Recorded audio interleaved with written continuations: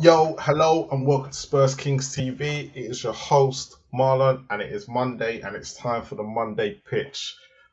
Look, it was FA Cup weekend, so there's many things to talk about, and if you're a Spurs fan, I know what you don't want to talk about this week. However, we might get into it at some point. But anyway, let me bring out the regulars. Let them have their say. And usually I bring them out in happiness order, but there's probably only one person who's really happy this week, but I'm gonna just bring them out. Lucky to scrape past Birmingham, right? Hey, we're still in it. That's all that counts. We're still in it. We're in a cup final. It's been a good week for Oh, me. fuck off. I should have put that last. You had no choice this week. And then I'll bring. Do you know what? Between the next two, I just they didn't have a game this week, so they're probably both happy that there's no result. So I'm gonna bring out Stocky first. You will? Yeah, yeah, I had a great weekend. Couldn't get spoiled. Yeah, I know you fucking did. Oh, mate. Hey, at least at least one thing. At least you know what it's like to get beat by Villa in the cup. So if they go on and win it after they beat Newcastle in the semis. Yeah, well, yeah. I'll be the one out of the three of us that gave him a good game. Yeah. Oh, fuck. I deserve that. Yeah. I deserve that. All right, let me bring out the main man. I call him Mr. Championship now. His team seems to be flying high. Think you will? Yeah, not bad, man. Not bad. Had a nice little break. So I had a little break from football myself. I haven't really watched much football this weekend. I've been away with the missus, so yeah, been Coventry catching up. tomorrow. Coventry tomorrow, mate. Frank Lampard's going to do you over, mate. So hope not. Being exposed to everything else. Nah. And then somebody who's probably been doing the same thing as me today, drying up our tears. We're not, I'm probably half expectation, half want him out, half want him gone, half want Levy out, half want him gone. Chris. I'm the same as Sinkers away. I've not seen any football at all. Well, What where's is Birmingham, were you? I went to the game at Villa Park. I just didn't see any football. That was not from Tottenham anyway. So guys. First of all, let's get straight into this. Let's get into VAR call, right? Because even though there was no VAR at the weekend in the Premier League, there was still one incident to talk about overseas, which is going to be a first for us to talk about, and then we're going to talk about the FA Cup with VAR, right? So, first of all, for VAR call, hold on, let me just get the stuff ready. So, the first thing we're going to talk about this weekend, and a lot of people might not have seen this, but it was the Madrid derby that ended 1-1. However, there was a massive incident in this game. So, I can't even remember who fouled, but as you can see by the picture, it looks like Yeah, that's it's true. too many. Yeah, it's too many. Looks like he steps on the Atletico Madrid player's foot. Yeah. VAR goes to look at it, and they give a penalty. Carlo Ancelotti, after was it last week, Chris said that he'd rather the English refs. Yeah. This is given the week after. The week after, guys. Mitch, is this a penalty? No, this still doesn't do how bad this decision is. I had to get the decision that they probably saw. Yeah, the still does this no favors whatsoever to show how bad of a decision this is for me. Explain it. Gotta explain it to the audience that might not have seen it. I had to only watch it a couple of times because my head got hot very quickly, knowing that it had been given. And like sort of the cross comes in, Tchouaméni sticks out his leg, the Atletico player goes in. It kind of goes nowhere near either, and they just kind of brush feet, and the Atletico player goes over, and then it gets referred to VAR. I'm just baffled why it got referred and why the ref didn't look at it and go, "What are you even showing me here? There's nothing to it." I'm very confused of why. I knew handball was crazy in Europe and in the other European leagues, but if they're giving penalties for stuff like this, we're going to see so many more penalties because this is just crazy for me. Stocky, I'm going to come to you. This defeat the whole object of when people go, "Oh, the English referees always get it wrong. The overseas referees always seem to get it right." Mm. And then we've seen incidents in Spain over the last 2 weekends. And how did you see this? Have you seen it for a start? Yeah. Well, what gives it away is that it's never a foul; it's a playable reaction. And just mentioning about the how English referees get slated. The other week in the Eredivisie, there are 12 players on the pitch. So as much as we complain, maybe it's not as bad as we think. Maybe we're just trying to look for that impossible standard. But yeah, that wasn't a good decision. That was not a good decision at the weekend. And you can just tell by the way he falls as someone who's trying to buy it. I've never been kicked and been that that graceful going over. It was bad. I still looked at it and I still don't get it. Sing, have you seen the incident or have you? I've seen it, but I think, to be honest, it's a bit of a I don't know. There's contact in it in the area, and that's the problem, is that there's contact in the area. I think if it's in the middle of the pitch, I think it's a bit different because it's the open area and it can lead into a more advantageous situation. But because it's in the box and he steps on his foot, whether you think the Atletico Madrid player is selling it, maybe he is, maybe it's not. It's not that painful. Maybe he's selling it. He's selling the fact that there is contact. I mean, if that was my striker, I would tell him sell it. Sell it. If he's made contact, you've got to sell it. You're in the box, sell it. Make sure, because you try and stay on your feet and be brave, you don't get the decision. But there's a contact there. That's the problem. I get The other thing is the ball's gone away, innit? The ball's gone away. So the other thing that I think with that, if Tchouaméni doesn't really step out, does it stop the attacking player from really follow through and trying to make good contact with the ball, or does he kind of half pull out because you can see Tchouaméni stepping in? That's the only.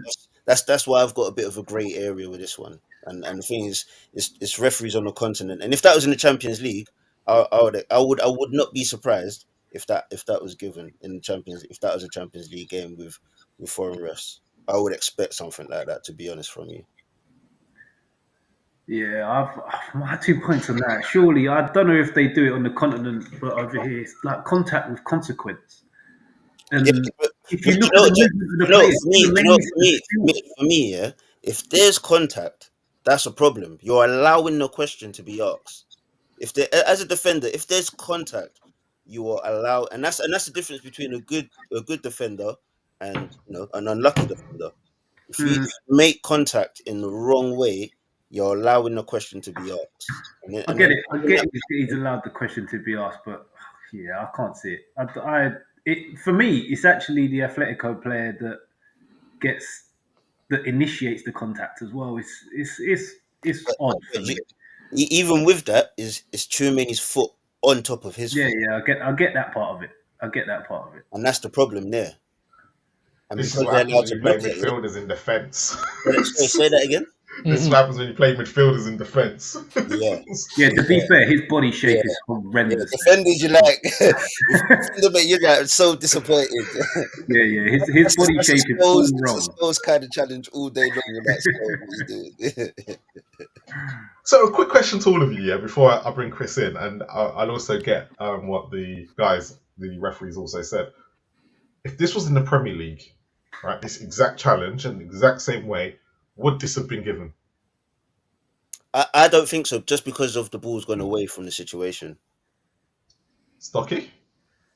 I'm not sure, but I know one thing. We would definitely had a lot better camera angles than the 2 paltry ones that were on the coverage I saw. Are you sure?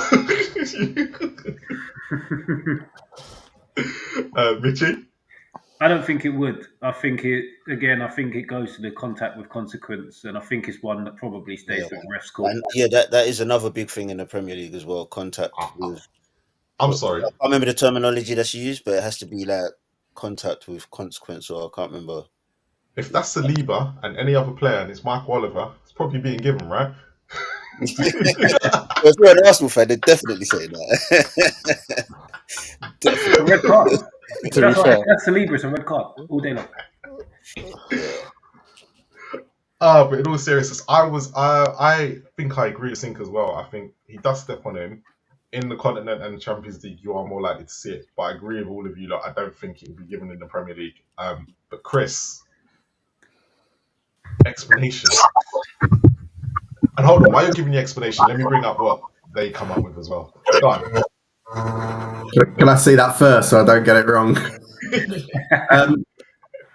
I mean, it's a similar sort of discussion that we have on a lot of things, right? There's what do you want? It's the consistency. It's the thing I've said before about, like, do you drive according to the highway code, or do you drive in a way that's kind of required by every day out on the roads? Like, you don't stick to the letter of the highway code. It's the same sort of thing. If it's kind of hard to argue, I think, really. You know, he's trodden on his foot. Like, according to the black and white letter of the law, you can't go around treading on someone's foot, right? But would I give that? No.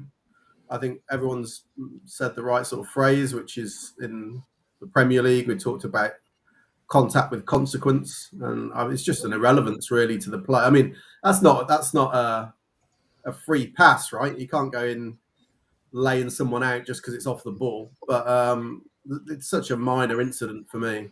But it does come back to, you got to decide as an individual watching it, what do you want from refereeing? Do you want consistency? In which case, the only way you're going to get consistency is by giving every single bit foul like that. But I don't think we do want that, really. But then you've got to accept some level of subjectivity if you're going to say not every bit of contact is a foul. But yeah, I mean, yeah, I'd be really disappointed if that was given in a game that, I was going to say in a Spurs game, but I don't care about Spurs games. But if I given that as a penalty and I saw it back and saw that, I'd be disappointed in my own decision. I think that's not enough for me. Because then, where do you end up? If that's a penalty, where do you end up? It's almost like, basically, it's a non-contact sport, right? Every single thing is just a penalty, pretty much, which probably, according to the letter of the law, you could almost justify. But you've got to referee it in a way that is accepted by the players. We talk about the laws being a framework and adapting that according to the game. And yeah, for me, that's just ridiculous to be giving that in professional football. But are you in the agreement of actually a lot of our fans, especially Premier League, we complain about the refs and what's going on with VAR in this country, but however, our refs are actually really that good, and we're just complaining because of the product, and it's the only product we're actually watching. Well, it's the main product that we're watching. Say that again? I say it's the main product that we're watching. We're all watching different. Some of us are watching Championship. Some of us are watching La Liga. Some of us are watching Bundesliga. Yeah. So we're watching little bits of everything, but we're mainly watching the Premier League. So the little bits of what we do watch, we compare it to what we mainly watch, and then, you know, we make a judgment, whether biased or unbiased, objective or subjective. Actually, Mark, I just have one thing, which is I'd have a lot more sympathy, actually, if the referee had just given that. But for that to be overruled by VAR and for him to go over, and when I was watching the camera footage, the biggest thing for me is there's just nothing conclusive in it that says, oh, that's definitely like really bad. You've got to kind of just assume it a little bit. So for that to be given by VAR, I think is really poor. But isn't it the case that in Europe, so we're more subjective in the sense of it has to be an error, a mistake or an error. But I believe in Europe it's completely different. Yeah. I think it's more the clear and obvious error. Yeah. What's the clear and obvious error? Yeah, exactly that. So they're still not supposed to sort of re-referee the game and kind of look at absolutely everything, although they will always look at a penalty shout.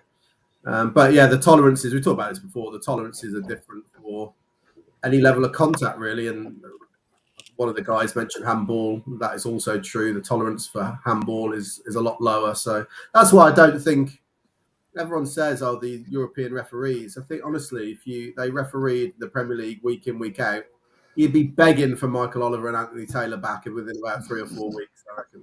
Yeah, you definitely would. But then if you had it for like over a period of time, for like a season, maybe you get used to it and just be like, don't do it because you know what the rest are going to do. Yeah, I mean, maybe, but I'd hate football like that. The Oh almost yeah, any definitely. contact is a foul, anything hitting the hand is a penalty. I'd hate that. Yeah, it'd be crazy. But Wasn't that's there? how it is in the Champions League, and we put up with it. True. I haven't seen it. I don't know if anybody else has. Wasn't there one equally as bad in Turkey where one team just walked off the pitch a couple of minutes later? Oh really? You can That was expect that was every last single that was game. last year, wasn't it? Wasn't that the one where the chairman or the No, I owner think I'm sure I came read on the somewhere. pitch? I'm sure I read something just before we came on. It happened. Something happened this weekend. There's so many. Turkey, yeah, because I remember there was one definitely last year with Turkey, because that was the one where the owner got in so much shit about it. Mm. But it happens in Turkey all the time. Yeah, maybe it was something cold that popped up, but yeah, it looked like it was this weekend. So that begs the question then. Okay, so we've got no VAR this weekend. However, there were incidents in the FA Cup. Now, you have one paper suggesting our fans now want VAR back, and I don't know if they spoke to any fans, so it'd be after speaking to you, it might be quite interesting to get your points on it. But there were 3 major incidents in the FA Cup this weekend, which I want to bring to your attention, and to the audience's attention. So we got Blackburn versus Wolves, which if there's VAR or at least the offside part of it, this goal's given, and Blackburn go 1-0 up instead of losing the game 2-0. You got the incident in the Newcastle Birmingham game where I believe it was offside, and then you've got Harry Maguire was offside for the goal against Leicester on Friday. The Newcastle was whether it went across the line or not. Line or not? Yeah. So, looking at these incidents, now we've had this conversation before, but obviously it's had a bit more, especially with the Blackburn Wolves game, it's had a bit more of an impact. Do you think VAR should be operated in the FA Cup at any point in any rounds? And I'll start off with Stocky. No. If all teams competing in it don't have the facilities to have VAR, don't do it. I know you got 3 good examples of decisions that have been up. Well, definitely 2 of them. I'm still not sure about the Newcastle one. But I thought all of the games were so much more entertaining for no lengthy VAR looking at things and whatnot. They actually had a pace, they had a tempo. It made the game more end to end, which is ultimately more exciting to watch a game by itself. And I was watching them on TV. It's not like I was at a game and there was no VAR. I watched them all on TV and was captivated. And it'll be interesting because it all comes in the next round, I believe. So it'll be interesting to see how everyone feels watching those games where they're stopped constantly for decisions. And this week, where games flowed and found really interesting, because at the end of the day, everyone on that pitch will make a mistake, whether it be an official or a player. So, do you think everyone's got the tolerance for it because the FA Cup's got no money in it? Yeah, well, we kind of alluded to this last week. It's all money related, but look, it's the oldest, and this weekend's view is clearly the best cup competition in the world domestically. So just leave it be. Just let the football do it. That's how Liverpool that. Oh, that's even better. But yeah, just leave it be. I thought every game that I watched, and I think I watched 3 or 4, all of them were good. What about you said leave it alone, but they've taken replays away. Oh yeah, don't start me on that. But again, that was money related, because the big teams didn't want to do replays anymore. So they're like, oh, we'll put some more money further down the pyramid if you agree to our terms. It's like the Big 6 in the Premier League. It's all like that. There's only 2 of them left now. Yeah. Mitchie, let me bring you in on, should VAR be used in the FA Cup in the earlier rounds because of Because let's be completely honest, if Blackburn take the lead here, different game. Yeah, 100. That completely changes the game. I'm of the view now. I've changed my mind on this one. I'm of the view now that as soon as you can use it, because the two offside decisions, the Blackburn one not so much, but the Man United offside decision is disgraceful for me. How did I know that would be the one that grinds your gears? No, genuinely though, because the Blackburn one, the Blackburn player is closest to which side's the assistant on? He'll be on the far side, wouldn't he, in the Blackburn game? Yeah. He's the closest player to the assistant, so that's the main shirt he can see, and he's got to look through the Blackburn player to get everything else. So I kind of get that one. The Man United one, Maguire is never onside, and he is also the closest player to the assistant. So for him to have to look through Maguire to see all the other players, it should normally flags in the assistant's head, well, he's off because all I can see is Maguire. Yeah. And he was never at any point onside. So that one just completely baffles me why he didn't give it. I can kind of understand the Blackburn one. And I said something last night that I'm not sure if either of these assistants work with VAR on a regular basis, but it could also play down to the point of they're now not used to having to call it. So they're not as sharp on keeping both things at the same time as the ball's played and as the run's made. And it's the same as anything. If you don't do it consistently, you lose a bit of sharpness with it. And that potentially comes into play as well. So I've got to the point now where if you can use VAR, if it's possible, financially possible, camerally possible, the amount of officials possible, use it. Sync. VAR or not. So being someone that has to deal with it week in, week out in the Championship, I prefer not having VAR. Like in the Championship, I prefer football. And I've watched games where it's gone absolutely against us, the decision. And you're like, if we had VAR, that goal wouldn't have been given. We wouldn't be 1-0 down. We wouldn't be 2-0 down, or whatever the situation it be in certain games. And to be honest, me personally, don't know what anyone else in the Championship fans and whatnot, but I prefer it that way. I prefer not having VAR. And what happened if it was to cost you promotion though to the Premier League? Say it was to cost you promotion, and it meant the club were going to go bankrupt, and they needed that promotion, and then a decision happens against you. Then you know what? So be it, because then you shouldn't have been so poorly operated. Like that goes back to the owner. That's not VAR. That's not a VAR situation. That's an owner situation. Because if that's what happens to you and you're in administration and you've poorly run that club, so then that's what needs to happen then, because then you shouldn't have it. You shouldn't own it. I will add that I agree with both Stocky and Sink on the watching of football is better without VAR. But these two decisions like this it's crazy, really. You talk about the magic of the cup. Blackburn go 1-0 up against Premier League Wolves. Leicester potentially taking Man United to extra time and knocking them out potentially is taken away from them from a decision that we could easily get right. Chris, referee's point of view. Hold on, I just want to get Chris's, and I want to then just add a question onto it at the end. Chris, referee's point of view, would you add VAR to the games? And then you can do your personal point of view. Yeah, I mean, my view is I'm refereeing. I want all the tools I can get to get the best, most accurate decision. So I find the argument a bit weird about it's got to be the same for every club or the same in every round. Like what happened to Man United and Leicester on Friday, no matter what happens, has got nothing to do with what happened at Doncaster versus Crystal Palace tonight. Like nothing to do. So I find it a bit weird. If the technology is available to make the most accurate decisions, that we would make a decision of, let's deliberately choose to have less accurate decisions. I find that really odd. Yeah, but then what about in the next round? Like they use VAR and then it benefits Man United. So what? As long as it's the same for both teams in the game. No. But what I'm saying is, but then if they didn't have VAR in the next round and it happened, then they wouldn't have benefited, and they would be going out in that situation. But because they've got VAR, now they're getting away with it. That's just life, though, isn't it? Because especially in the FA Cup, if you run that argument through, what you end up is the ridiculous extreme of we won't have VAR in the final at Wembley because it wasn't available for the dog and duck the previous August. I'm like, what?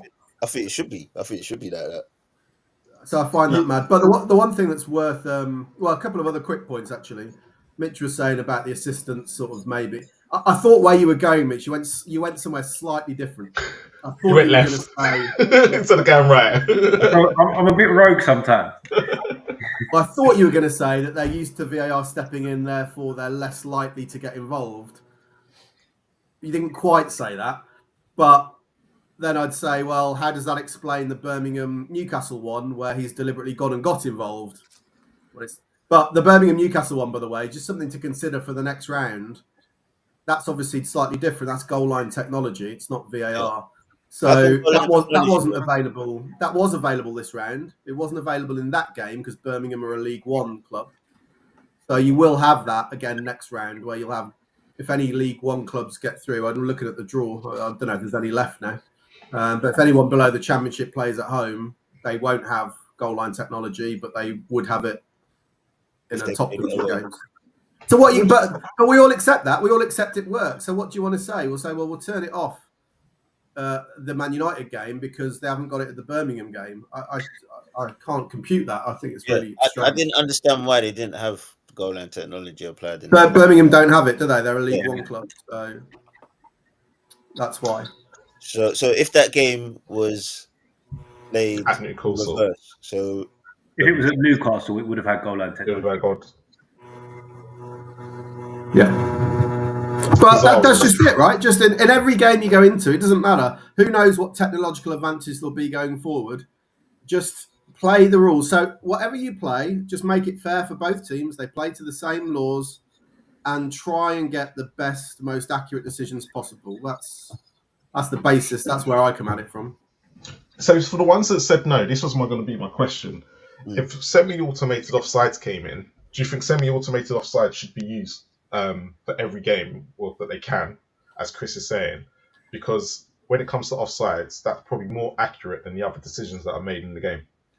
The thing is, just me personally, about semi-automatic, just because of the questioning of what happened in terms of the system couldn't differentiate between the players' colour boots. Now, I prefer to have RVR than have that, if that be the case, because you always. Well, that's fine. Yeah. That's what. Would you go for even if it's not semi-automatic? The only reason I say semi because it's a bit more quicker than our normal VAR. But if it came to the point and they said, all right, we're not gonna have VAR, but we're gonna have the only VAR we're gonna have in games is not clear and obvious ones, but offsides done by VAR. Would you be happy with that? Yeah, because then that will be, so long as it's done to a standard where it's like black and white, there's no grey areas. Then yeah. I think that's why they haven't brought it in, though, isn't it? Because they're still tweaking it to make sure it does. We don't get them ones that they confuse a boot or they confuse a sock or they confuse someone's toe or something like that. That's why we haven't got it at the minute. To be fair though, most of the offsides are not. They're very rare. We get really close ones, and I get it, but there's very rare. You just look at these two incidents here. I'm sorry, but VAR gets these. Yeah, the offside gets these. So and they get these very quickly as well. It's not even a drawn out thing. It's very. So because when I started looking at some of these, and I remember looking at the last round, I just thought offsides is probably the one thing that none of us complain about because no matter how long it takes, I think they rarely. I think 99% of the time they've got offsides right. I'd probably say that's probably a clearer, but where they start to go down in scores is when it comes to the clear and obvious decisions, and that's the one that everybody argues about. Yeah, but I think that's because they're more subjective, those decisions, though. And this is where I'm looking at it going, if you're gonna do a blanket version, why not just do it the offsides and the only things that are used? Because in these two situations, they're gonna get them right. They're not gonna get them wrong. Yeah. That said, I did have a very mini grumble last midweek when they gave Isak's one offside, because I'm still sure they drew the line on the wrong guy. Do you know what? Personally, yes, I thought the same thing, but I don't know if it was me because I'm an Arsenal hater. It just looks like the other defender's further back. Every angle I've seen, it just looks like he's further back. I can't. My eyes. Yeah, I thought. Why they drew it on the other centre back? Didn't they drive it on? Didn't they draw it on Gabriel? But it was Saliba the one they should have been checking. Yeah, if I that's remember what correctly. it looks like from the angles I've seen, and it just confused me that they drew it on Gabriel. Chris, just quickly wanted to ask you on my point about VAR and the offside one. Would you think that they would be more open to that in other leagues as well, or not? I mean, I don't mind that. I think that's fine to a point, but you got to go back to why was it introduced. So what you'll end up with is, remember some of the decisions in the past that referees have got wrong, right? The Thierry Henry handball for France against Ireland all those years ago. So things like that will happen. You know, you get rid of it for those decisions, and then you're back to that goal gets given, right? Mm-hmm. And then this is where I kind of lose the will to have a view, because I think it's irrelevant in what I think should happen, because the reality is whichever way you go, I don't mind, but people will just complain. So get rid of I'm it. with People you. will complain that it's not in. Have it in. People complain that it is in. That's the way it is, really. My biggest problem that I have, because I'm one of those people, and probably I don't mind VAR, but what I find that people are holding it to 100% standard. It has to be 100% correct. And when you start leaving stuff to you referees, basically, it's still got human intervention. It's never going to be 100% correct. But as long as as long as more decisions are being made correct, which understandably, when Howard Webb comes out with we're getting 96 or 97% correct compared to the 80 and something they were getting before, that's a 10% increase. I'm sorry, but that's. I said this. I can't remember now whether I said it in a voice note to you guys or whether it was actually on stream. But when I was saying that, I think we've forgotten where we were, and actually those massive howlers that were being made before VAR. And honestly, I can remember people would message me every week, like, what's going on there? And I just couldn't justify or defend them in any way. I genuinely think that those don't really happen anymore now. We're talking about that Michael Oliver sending off Miles Lewis-Skelly as an absolute howler. It's not an absolute howler. The absolute howlers were goals being given when the ball hadn't even gone in and stuff like that, right? So technology has moved us forward massively. But I think that's the reason, like as you said, Marlon, we forget all of that. We just look at it as it is now and go, well, why isn't it better? And if we improved it now and got it to 99.9%, fans would still go, well, why isn't it better? So, what could you do? But I think this is the thing. If this information isn't more presented to people, then people don't know. Yeah. They should really, to be fair, the PGMO will probably do well just ramming that kind of information down people's throats all the time. I think this is the thing. This is what it is. This is what it is. And this is what it was. What do you want? I think it comes from. I think it'll be better accepted if it came from a different platform rather than the PGMO blowing their own trumpet. I was just visualizing what could that look like from Howard Webb, and I was just thinking he could do this segment where he goes, "You think they're shit now? Look at how shit they used to be." No, but do you know what? Do you know what? If they had like an old school kind of like get Kalina to do it kind of thing, like, and they just looked at like old school things like that, and start off with banter, people would actually see that. Do you know what? Yeah, our refs are actually better right now than what it was back in the day. It's just about getting it out to people in a way that they'll accept it. Yeah. Do you think it's the guys that are inside the stadium that will more complain about it more than ever?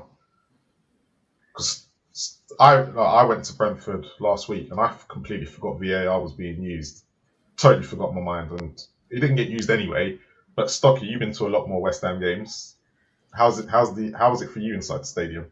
Because that's always the complaint, and I've got a back counter for that. But go on. To be honest, I never really wanted technology in the first place. So my answer is always going to be geared to no. But when you're in the ground and you think you've got a good goal, and it's pulled up for something, or checking for this, and that wasn't found. Oh, now we're checking for this. You're like, oh, for fuck's sake, what's the point in being there? I never wanted it in the first place, so it's going to take a lot of convincing me to say otherwise. And I don't care about the right decision. It's a game. The beauty of the game that is played at all levels, and then we can sit here and talk about it. You say that though. You say that, but look how many referees get abused on a Sunday because they make the wrong decision. Yeah. What do you mean? What Grassroots level. Grassroots level. Yeah. Yeah. No, do you know what? And I forgot to send you like this in the group chat. Did you see, oh, hold on. You're not going to talk about the parents one. The parents fight. Did you see? Right. Did anybody see that? That was outrageous. I'm in the replies, mate. I'm in there. Oh my god! Absolutely outrageous what happened. Do you know what? I'm gonna try and find it. You lot keep talking. I'm gonna try and find it. Right? I don't care because it's come from X, so I might be able to show it. If I get done for it afterwards, I get done for it afterwards. But it's hilarious. I've got to show the audience what happened. But you lot keep talking. Let me find it. Yeah. I mean, I could quickly describe. Basically, it's just a kids' game, right? Where I don't know what it is. Probably under 9s or 10s or something. It's under 10s, I think it is. 10s, and there's a foul or whatever. But they actually start to try and hit each other, these kids, right? And then you just see all the parents piling on. Now, I commented in a reply. Someone's comment said, "Oh, the ref was really slow to act," and my response was, "It's a kid refereeing the game. Like people are refereeing the under 10s to learn how to referee." And actually, if you watch the clip, he is slow to react. And if I'm there as his coach, I'll try and help him with that. But actually, the referee gets it under control. He splits them up. But then it's all the parents, isn't it, are piling in and all hell breaks loose, basically. So, and that's the problem with the culture of football, because I think sometimes parents, just spectators in general, are just too invested, especially at grassroots level, just too invested. And I've been on tour with like certain academies that I've coached with. I've been to like Italy, Holland, Spain. So Holland is much more relaxed in terms of like parent spectators. In Italy, parents, it's like being in the stadiums. Like they're loud, but they're in a really going off. supportive way. They're not gonna. It doesn't ever feel like they're gonna spill over into the pitch. But in the UK, you can find some really aggressive. Parents are protective, aren't they? And I'll tell you a little story. I remember took a load of refs down to a football tournament at Butlins many years ago, and I'm watching one of my refs. He's a young lad, 14. He's just qualified, and he's refereeing a kids' game, very much like that with the small goals. Now he's a little kid refereeing it, and he doesn't know what he's doing. He's learning, and he knows he's got his referee boss watching. That's a bit of pressure, right? So he wants to show that he's learned the laws properly and he's doing it properly. So anyway, I can't really remember what happens. Something goes in, a tackle goes in. It wasn't a foul, but this kid gets injured, goes on the floor, starts crying. Now, if I'm refereeing it, I realise these are 8-year-olds or whatever it was. So I'd stop the game, of course.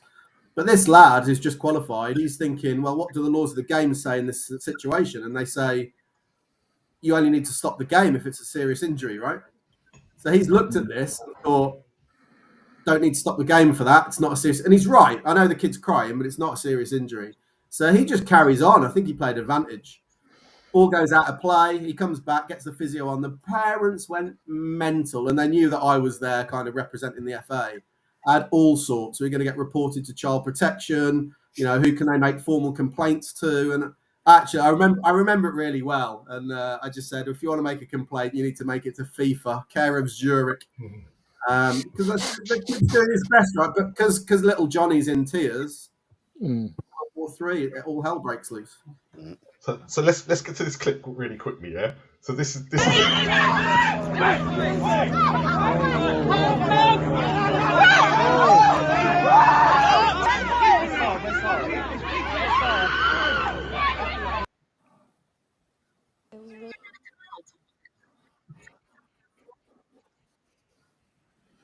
you go. Can I just add a little bit more context to the lead up to that?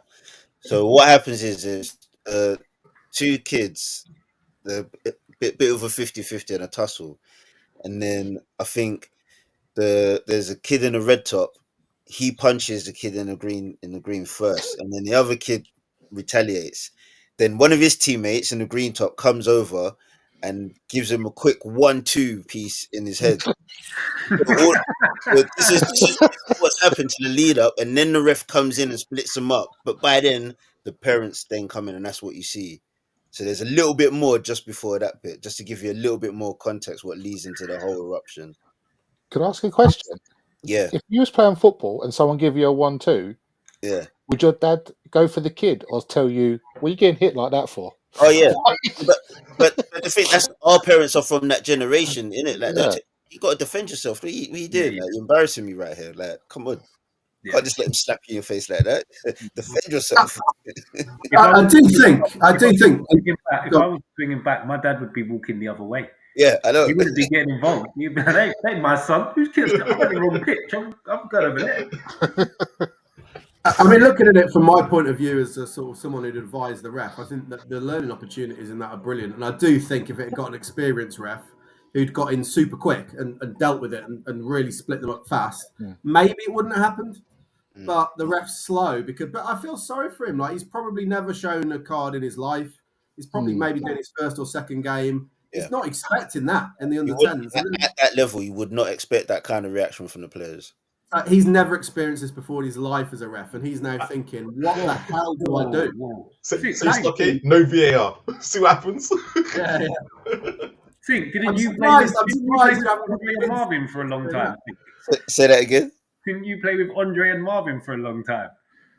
Not me. I never played with them at school a couple of times. Okay. I was just thinking that must have been something that happened pretty often. I thought you would have played more games with them, though. Yeah, you played more games with them. Wild cats, bro. But look, VAR done. Let's talk about the FA Cup now. So obviously the 5th round draw was made early on tonight. For me, looking at this, I think it's Newcastle's and Villa's to lose now. Oh, really? Yeah.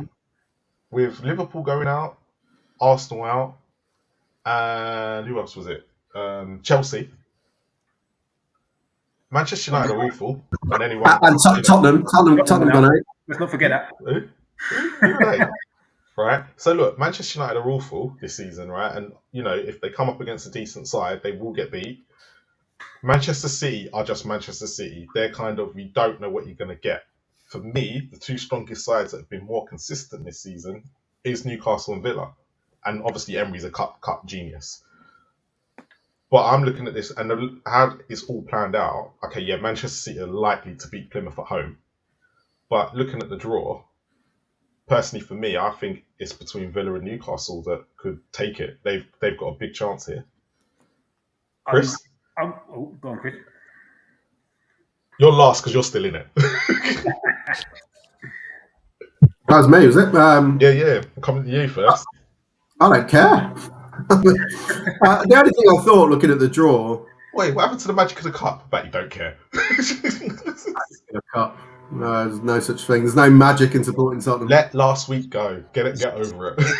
Mate, I went to both games. I didn't get back in till 3:30 in the morning on Friday. Oh, so we know who's the reason behind why we lost. Actually, my record this season, I've been to 4 away games, I think. Those 2. I went to Brighton, where we were 2 up and lost 3-2. And then I went to Forest, where we lost 1-0 as well. So, yeah, great fun. Anyway, back to the FA Cup. I'm always in two minds with what a draw. How good is a draw? Because I looked at this and thought that's really boring, that draw. However, it was boring. The games are boring. When you get the heavyweight ties early on, that means that you can get one-sided games in semi-finals and sometimes even finals, right? So, I'd rather that the decent teams who are left are kept apart. So it's a bit of a shame that the City are at home to Plymouth and at least it's not away. And it would be a bit more interesting if Newcastle and Brighton they were away at the Fulhams and Burnleys and teams like that. But yeah, I mean, in terms of who wins it. So the most interesting thing would be if Aston Villa, Newcastle, Man United are for the semis. It'll make it a bit more competitive. Yeah, you want to watch big games, but I would like to see, in the same way that I thought the best thing for football, trying to take a Spurs hat off, it's not going to sound like it. The best thing for football would have been a Newcastle-Tottenham League Cup final. I'd like to see a final between teams that don't normally get there. Why not? Yeah, but that's not competitive enough, is it, Chris? That's never going to be competitive enough. We're not even on Newcastle's level. Well, yeah, I don't know. I mean, at the end of the day, these shocks are great. Like that's all part of the cup. But Yeah. the further Plymouth get, eventually they're going to draw Man City away and probably lose 8-0, right? But that's the way it is. Stocky, Magic of the Cup. Where do you see it going? Yeah. Well, I predicted about a month and a half ago on mine and Mitch's show that Man City will probably win it. I was like, the league's not good enough, so I reckon they'll have to put everything into the cup. Although they did scrape past Orient at the weekend. Donnelly, mate. Donnelly. We'll talk about that next. Yeah. Wasn't even on target. Yeah. Look, it is a spoil sport. Coy, he's a miserable guts today, isn't he? Keep it, because we're going to talk about it next. I don't know. I feel sorry for Plymouth getting Man City away, but they get half the attendance, so they'll have a payday. It'll be on telly. The most interesting game as a one-off, it's going to be Preston Burnley. It's a bit of a local-ish derby, and I found out from my Burnley mate earlier on, and they've never played each other in 150 years. Oh wow! In the FA Cup. In the FA Cup, Wow. they have 100 because they're two mega old clubs, aren't they? They ain't played each other in the cup, so Yeah, well, might have you a bit say of a interesting. flare-up. You're saying interesting, but Burnley don't concede any goals, so it's going to be like the most Yeah. boring You game. say interesting, but They play their Rezzies in the cup, didn't they? So you're going to get to see another person that escaped What Spurs. are you on about? First time they've ever played each other in the FA Cup, or they haven't played each other for 150 years. And Burnley are going to go back to playing Sean Dyche football. So what? So what? Don't be such a snob.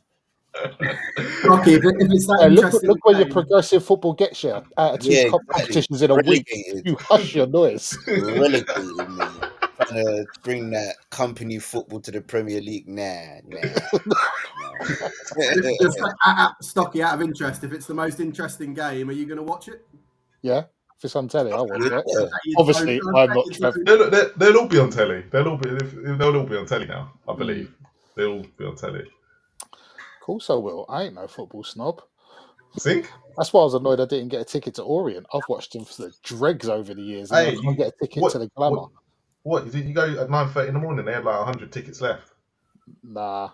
When I looked on the internet in a week, it sold out. Oh mate, now you should look on. Leighton Orient sent out I think it was about 8:30 in the morning. Said if you're here at 9:30, we've got 100 tickets still left that you can buy. We have to come down in person. I was sound asleep at 8:30, so well, there you go. It's got to be rise and shine, mate. Usually is. Sink. I think you missed out a team that could be potential winners in Bournemouth, to be honest, as well. Or Forest, to be fair. And Forest, to be fair, yeah. When you just said Bournemouth, I just thought I'd just see Forest. Literally, all the big teams, apart from Burnley, got home draws. Yeah.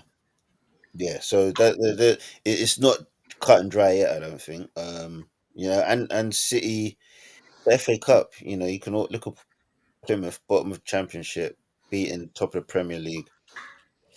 Never ever count teams out. They might even do a number over City in the next round. You never know, the magic might be with them. That's the beauty of the FA Cup, is that you count in your ducks in the fifth round. Teams that now Plymouth, they beat City and then they'll lose to Burnley or Preston North End in the next round. No, probably that's what would happen. But that's the beauty of the FA Cup. And if they actually put someone out like that City and put out Liverpool, they got to ask themselves some big questions like, what are you doing at the bottom of the Championship? For real. No clean sheets as well. Yeah, Mitchie, crazy. Coming to you last because obviously you're still in it. I don't think we will be after this game. Why? The next round comes the week before the final, I believe. Oh no, it's 2 weeks before the final. Looking at it, yeah. But I still think they'll beat us. I think we'll be more focused on the League Cup final and now knock us out. Interesting. I'm expecting you to have two finals in a year. I just don't think we've got enough players with the mentality. If we hadn't drawn a Premier League club, normally I'd say anyone at home will beat them. But I just don't think we've got enough players with the mentality of it's just another game and forget the final yet. We haven't got enough winners in there that can do that. So I think they'll beat us. I would have said the same as Sink. My money's on Bournemouth unless Man City get knocked out by Real Madrid over these And next week or so. It's Palace Millwall, by the way, as well. Doncaster are Yeah. out, so Palace Millwall. Yeah. So if City are out of the Champions League by the time this game comes round, I reckon they go and win it. True. But I suppose it's still City, though. You just never know. They could just have that one slip up at any time. Yeah. Like that year when they won the league, but they lost to Wigan. It's random. Yeah, crazy. So let's get through. Let's talk about some of the FA Cups that did happen at the weekend, right? So let's talk about Donnellini's goal, or the goal that was given as a goalkeeper own goal. Yeah. In a situation like that, would you have given Donnelly the goal, or is it the correct decision just to actually it did come off the goalkeeper? What didn't go in? To be fair, you can't give him the goal because, as Chris said, technically it's off target. Yeah. It's not on target. And I used to wonder a bit all the time. If Newcastle were getting battered by a team and they hit the post 4 times, I'd say, yeah, you shot off target 4 times. It's the same thing. If it doesn't hit the goalie, it doesn't go in. So you can't give it to him, really. It's an excellent effort, though. And it's wonderful vision and great technique. But, yeah, you can't give it to him. Unlucky they couldn't mount on that as well. Add to it. It would have been fantastic if they could have held on. But one of the goals they conceded, they maybe thought they shouldn't have conceded. Do you know what? I can see the way us 4 looking, me, Stocky, you, and Vic, because Leighton Orient is very close to all of us when we grew up. We're all looking at going, I only if they could have got a second. You know what? They were close. They had chances, mate. Didn't the Kuzanov one actually hit him below the sleeve line as well? So it's another one that if VAR was in play, they probably wouldn't have got. Probably, but it was a deflection. I think because his arms were down to his side as well, it was in a natural position as well. Yeah, but if it hits any part below your armpit line, regardless of where your arms are, it gets ruled out if it goes straight in. Maybe, but it's just Go on, Stocky, because you said, I know you had a different. You think Donnelly should have got it, yeah? No, he can't get it. But I was going to say, just to shout, he's been mustard recently. Easily the bright spot of your season, and the keeper too. Well, I heard the keeper's been brilliant. I heard it. He really, and then Barry Hearn was really speaking really up about him, about how good he's been. Yeah. But knowing Anne, she won't pick him. Well, it was funny. He played pretty well against Man City, and then Kinski does that in the first minute against Villa. You're thinking, do you know what? That sums up Spurs' luck. Yeah. Right now, the goalkeeper for Leighton Orient, who is our goalkeeper, goes and pulls off great save after save, and it's been brilliant for them. And then we go buy a goalkeeper for 12 million. 2 weeks with Vange, and he's making mistakes already. Yeah. Honestly, the irony did not escape me watching the 2 games over the weekend. But yeah, they're both playing really well, and it was unlucky for Orient. That weren't their only opportunity. They could have had an equaliser in the last minute. They were playing that well and that effectively. Pep pulled his 2 centre-halves at half-time. Oh, wow. So, and one of them was Ruben Diaz. It weren't like it was someone proper 2 bob out the youth team. It was like Ruben Diaz, and he got dragged. Quickly want to talk about Liverpool. The reason why I want to bring up Liverpool is, was it right for them to make 9 changes at the weekend? Are they concentrating on other things? Or do you think they should have taken the FA Cup more seriously, and especially with some of the romantics in the group? How did you see it? Anyone can start. I think it was a touch of arrogance. I genuinely don't believe they went as strong against Tottenham, and then to get to the Carabao Cup final, to then throw themselves out of the FA Cup deliberately. I think it was just a touch of arrogance. They underestimated what Plymouth were going to do, and they went way too under strength. And they didn't even leave the big boy. They didn't even leave the proper big boys on the bench. Chris? Yeah, I don't know. I mean, maybe it just wasn't that important to them. The only thing that annoyed me a little bit is the Ange fanatics drawing some sort of false equivalence between the Spurs lineup and the Liverpool lineup, because yeah, sure we've got injuries, but ours is just full of players who have made hundreds of professional appearances, right? And this was a bunch of kids who've got I don't know without looking, so I'm sure I can. Tamworth, anybody? Tamworth? No one wants to mention Tamworth. No, okay. I mean, I was surprised. I was surprised as well that they didn't put some like bigger hitters on the bench. But yeah, maybe they'd only seen the videos of Plymouth when Rooney was there and thought it was going to be really easy. Question on a serious level, and anyone can answer this as one as well. Do you think if Liverpool had the choice between the Champions League and the league, which one are they going to make a priority this season? I think maybe that is their priority, is both of them, and maybe that showed with Slot's selection for the weekend. I mean, to be fair to him, he has got quite a hot front line. You'd think Chiesa, Jota, and Diaz would be able to score a goal against Plymouth's back line.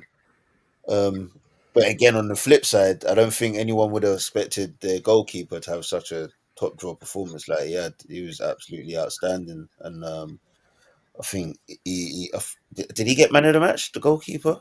I think one of the centre backs. Yeah, he only had 2 saves to make, which were right at the end. Apparently, even he said he was surprised that the Liverpool. He only had the 2 saves to make, which was at the end. Right. So yeah, it was the Hazard, wasn't it? Yeah, Hazard. It was the centre back who got his tooth smashed at in the first half that got man of the match. Okay. Yeah. I think the highlights sway it a bit, Sink, because the 2 saves that he makes are right at the end of the game in like the 85th and 89th. And that goes to show like the shift that the defenders are putting, and you'd think that the front line that Slot has put together should be able to cut open a struggling Championship team, that relegated designated team. They should be able to score at least 1 goal against them. How did QPR do against them, out of interest? I think it was a tight game from what I remember when we played them, and then what happened?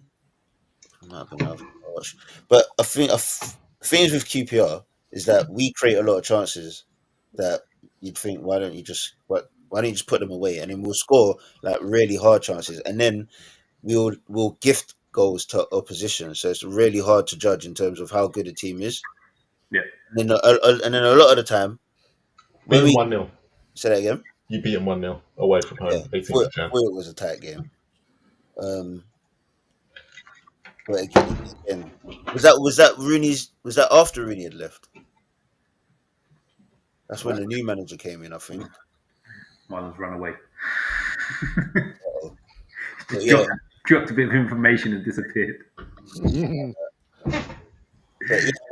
I mean, maybe like what Marlon's original question was, in terms of do they go for Champions League or Premier League? Maybe with the decision of the team that he put out, his focus is those 2 competitions. And one quick thing on that game: are we going to give praise to the referee for spotting that handball? Which handball? It was the one that gave the penalty. Because most referees would have probably missed that. Oh right, yeah, no. Well, that was clear as day. No, that was clear as day. His arms were up in the air. I see what he's trying to do. He's trying to get his foot so high. He's using his arm as lever, but his arms are in a ridiculous position. And you pay the price, man. They're a good call to get the pen, but yeah, rightfully so. All right, last topic of the night, and give the people what they want.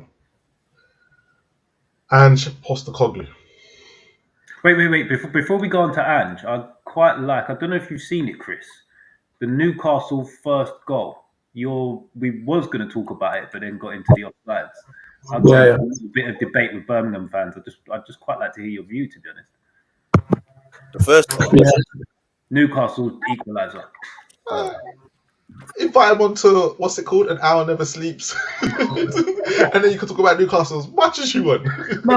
Genuinely, it's not. This is more just a decision thing, because I'm curious from Chris's point of view what he thinks of the actual decision itself.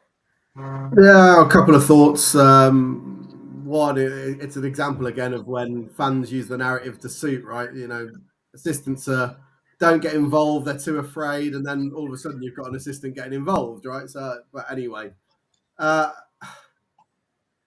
there's no definitive angle which tells you what the correct decision should have been, right? So looking at it and just using my experience, probably if you have to pin me down and think, do I think it was in? I think it probably was, just about, in my view, but there's no definitive evidence.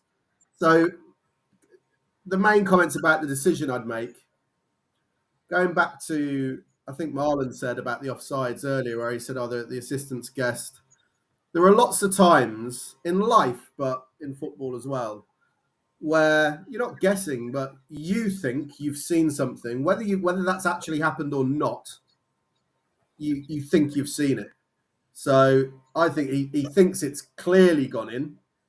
Now, the evidence shows that it's definitely not clearly gone in, but in his mind, he thinks he's seen that. And there was a study years and years ago about assistants, which showed that and proved that the balls and the players all move so fast and that there's only a certain, it was like 72% or something of decisions that the human eye could possibly detect. And the rest of it was more about best guesses based on where people are and when you think the ball's hit and stuff like that. And that's the reality, I think, of most refereeing, but running the line as well, which is you are using your experience to make the best educated guess you can give. So look, I back him in the sense of he's tried to make a positive intervention. He's seen something and thought, I think it's in, I need to get involved. Credit to you for that. The only thing that I said to one of my friends today, we were talking about this, was I think if you're an assistant and you haven't got goal line technology, but you're in a high profile game like that, it's probably worth just remembering that all the TV cameras are going to show where you were when that incident happened, right? And unfortunately for him, he wasn't in the right. I say he wasn't in the right position. He's running to get to the right position. Sometimes the players and the play is just very quick. You can't keep up with the ball, right? So he's not in the right position to make the best judgment he can, which is along the line. By the time he flags, he is in the right position, which is important that he does that because it helps sell the decision a little bit. But it's inevitable that the TV is going to stop it and go, well, he's three yards further up, so how can he possibly judge it? And that's a fair critique, right? So safety first as an assistant, I'd say he's probably better off not giving it because you can't really criticize him for not having seen something, not being in the right position. You can't always run that quickly. That's more justified. I always used to say when I was training my refs that it's not as simple as this, but if you're going to be wrong, it's better to not have given something that did happen than to have given something that never happened. It's more justifiable to have missed something than it is to have gone, well, I'm going to give this, and that just didn't happen at all. So that was always my sort of training advice.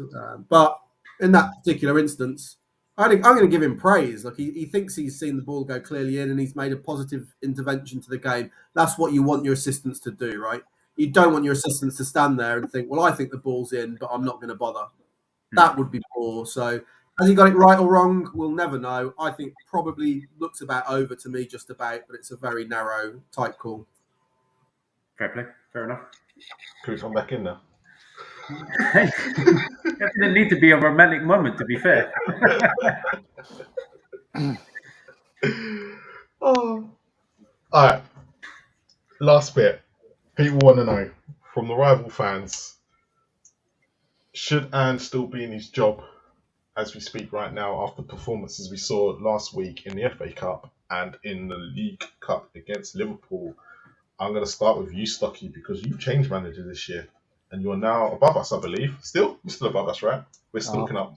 Yeah, or I think you might be above on goal difference. I said you should have got rid of him ages ago, and I'm sticking by it.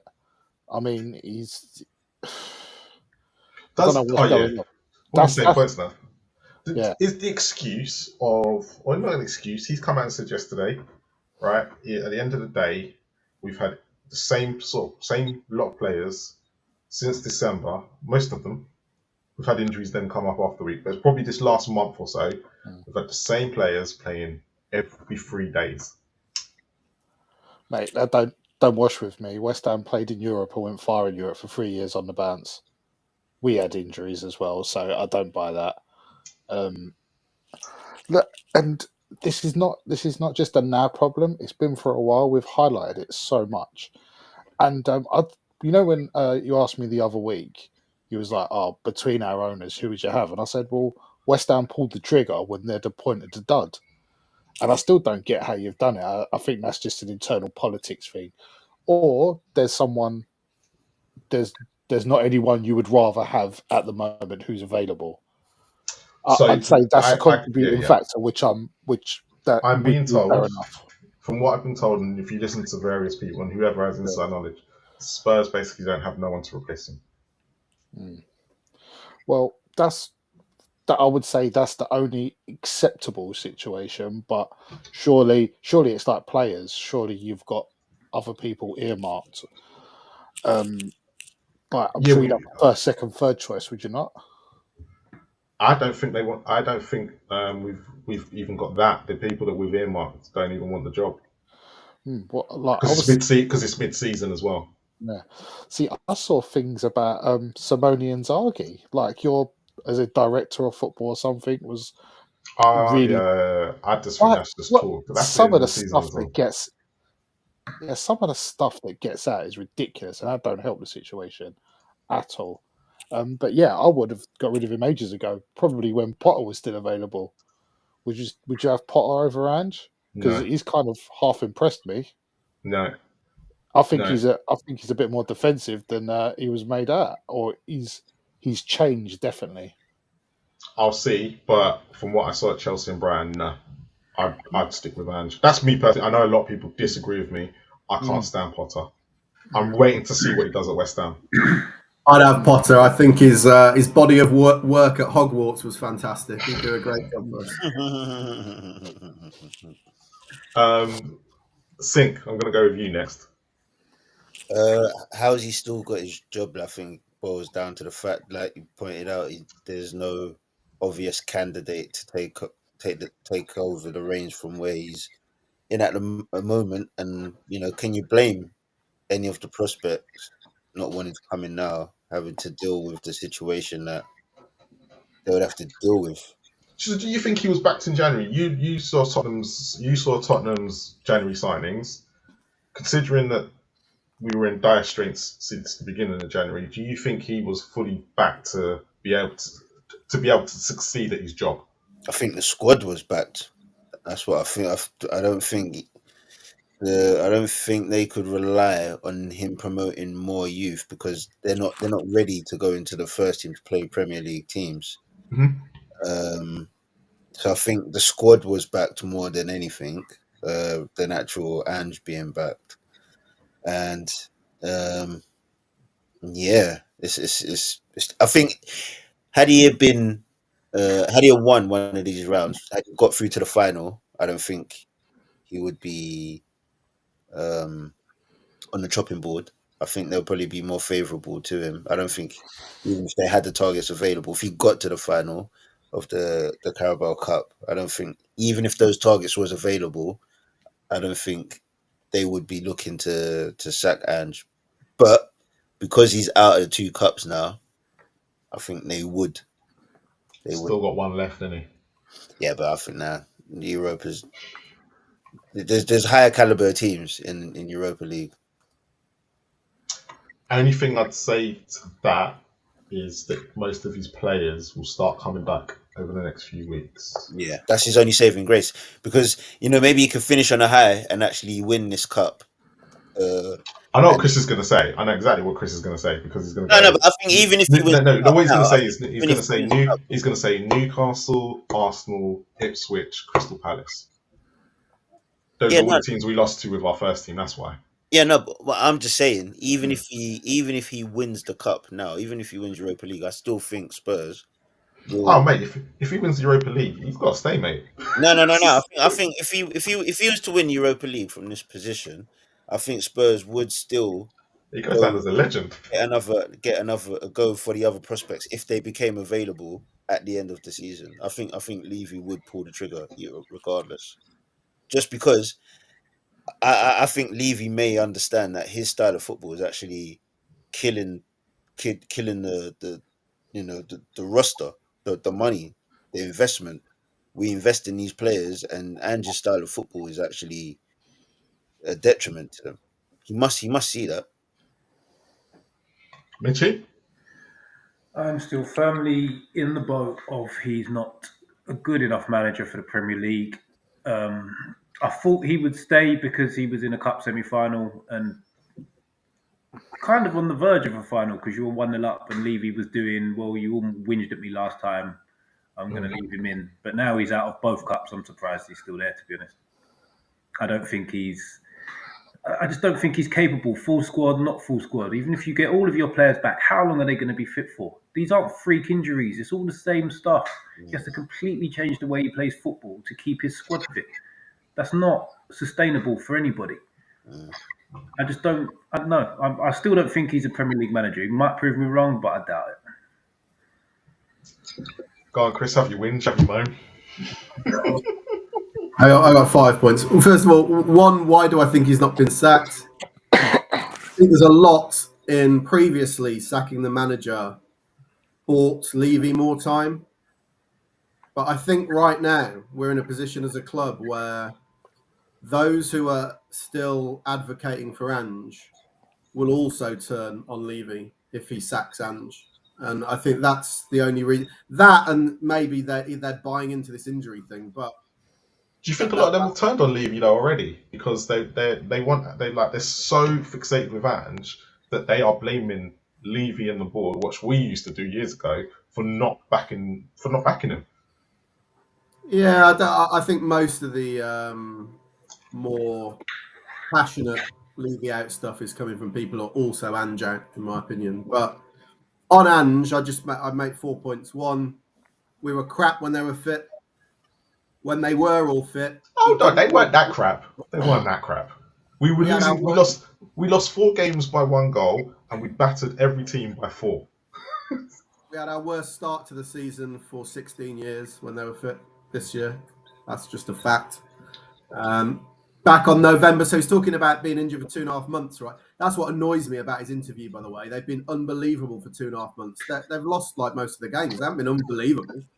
But if you go back 2.5 months, we were averaging like. Okay, I just go back on that. I think he's more saying, right, and you do have to kind of go, all right, I get what you mean, but unbelievable is probably not the right word. You've got to remember that most of these players have been playing every 3 days for the last. Yeah, but that's one of the other points he's going to make. So we were crap when we had our first choice players last season and this.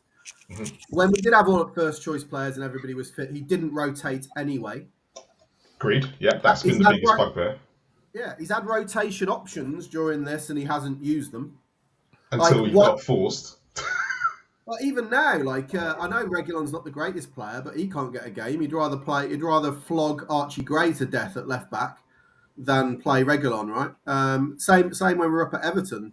He said, this is the only formation I've got for these players. No, you could have played Reguilon and put Gray in midfield. But even yesterday, he's moaning about them all being knackered, and he takes off the 17-year-old kid who's barely played and leaves Kulusevski on. So it's just nonsense. He's had opportunities to rotate and hasn't taken them. Yeah, but again, he's made that substitution at half-time, and everyone would sit here and go, we were better after the break. Yeah, but don't moan about fitness. Then you could have taken Decky off, right? He was rubbish yesterday, and he's knackered. He looks absolutely dead. So that's fine, but then don't come on and say I've got no options when you don't play certain players ever, and then you take off the ones that are the freshest. So don't moan about it. What was my 4th? So we were rubbish when they were all fit. He didn't rotate then. He doesn't rotate now. And I can't remember the other one. But, I mean, he's just... Oh, yeah. Injuries do not explain what is going on. You just look at the stills from that first goal yesterday. Injuries don't explain why in the first minute, Porro is legging it up into the right wing position. All our midfielders have gone over to the right wing. I openly admit, you can't... A minute into the game... I don't know if you boys have seen it, but you can't. Oh yeah. You can't. There's no way you can blame that on injuries.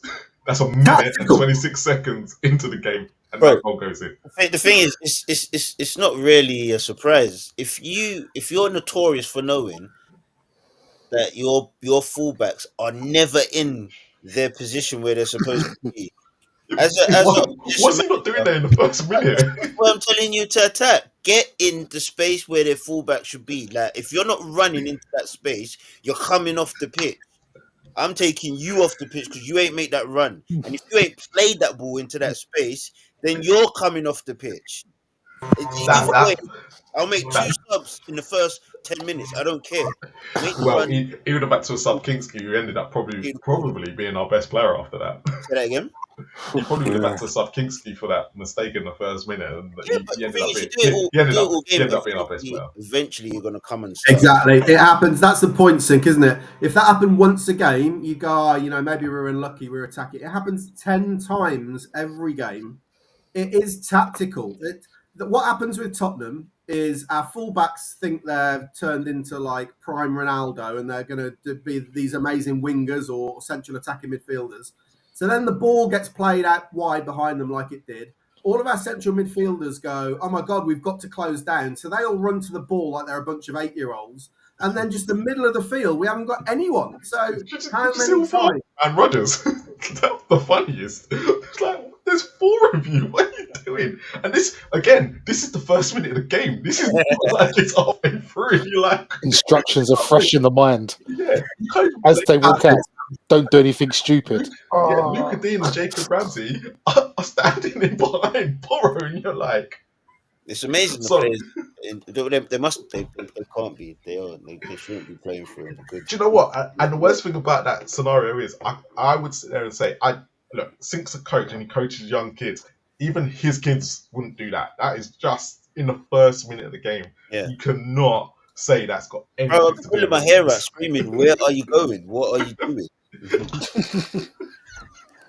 and that's where you could ask my defenders. There are 3 words in what they should be doing when we're out of possession. Right? That's where I agree with Chris. And it's just simple. They've got to apply pressure, cover, and balance. That's the only thing they understand. I can shout those words from the sidelines, and they will pick up the positions where they need to be. They all know. But what I don't get, and this is what I don't get, this guy's obviously he has managed, no matter what if people want to dismiss it, they can dismiss it all they want. But he has managed in Champions Leagues, he has managed in the Scottish League. I know everyone's going to say, oh, but Celtic are the best. But these questions were all asked about Ange when he was there, and he ended up defying them. Yes, to go and manage in Japan. Arsene Wenger managed in Japan. No one criticised Wenger when he came over, and when he first came. It's all relative, that's his experience. Unfortunately, that's his experience at the time. But with that, when Wenger came here, everyone was like, "Who is this guy?" It was Arsene who, yeah, but they didn't question him in the but first also on top of his methods. No, but the thing is, he's French, isn't it? So it's different. So being a there you go. But this is what Matt Law came out with the other day. He's basically saying the same thing happened to Emery, and the same thing happened to the PE teacher, Mitchie's manager, right? But that's the impression. Everyone took the piss because of Good Evening Why was at Arsenal. The man's gone on to be a really great coach. No, but what they're saying is it the? I mean, you've just said there it was because Arsene Wenger was French. Now the fact that but the fact that Angie's Australian. Is that what's going against him? Him and Bob Bradley, because the thing is, what you got stereotypical view of what the English media goes on. Man, what you got to remember as well with Arsene Wenger is that he was at Monaco before he went to Japan, wasn't he? Yeah. So he's had some experience, and at that time, the French league wasn't where it is now. It's probably a little bit more balanced in terms of Monaco, PSG. At that time, it wasn't balanced then. It was all PSG back then. Wait. It was all PSG back then. This Wenger thing, I'm confused.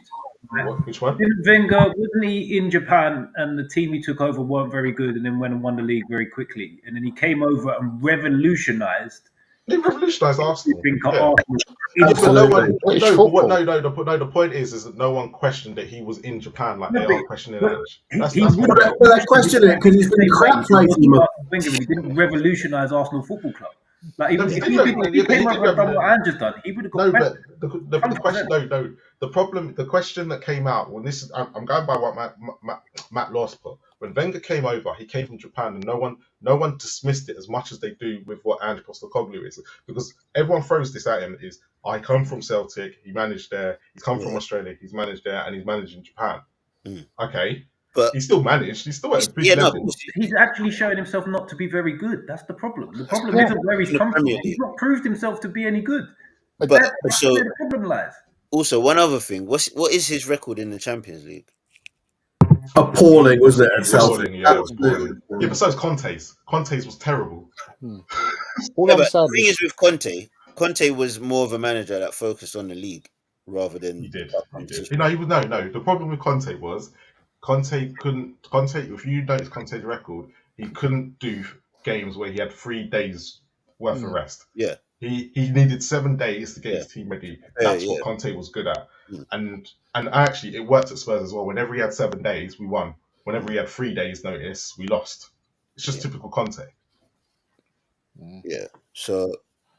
I think you can see that he's on his last legs. Like the things he's coming out with now about there being some sort of agenda against him, it's just not true. He's not crap because he's Australian.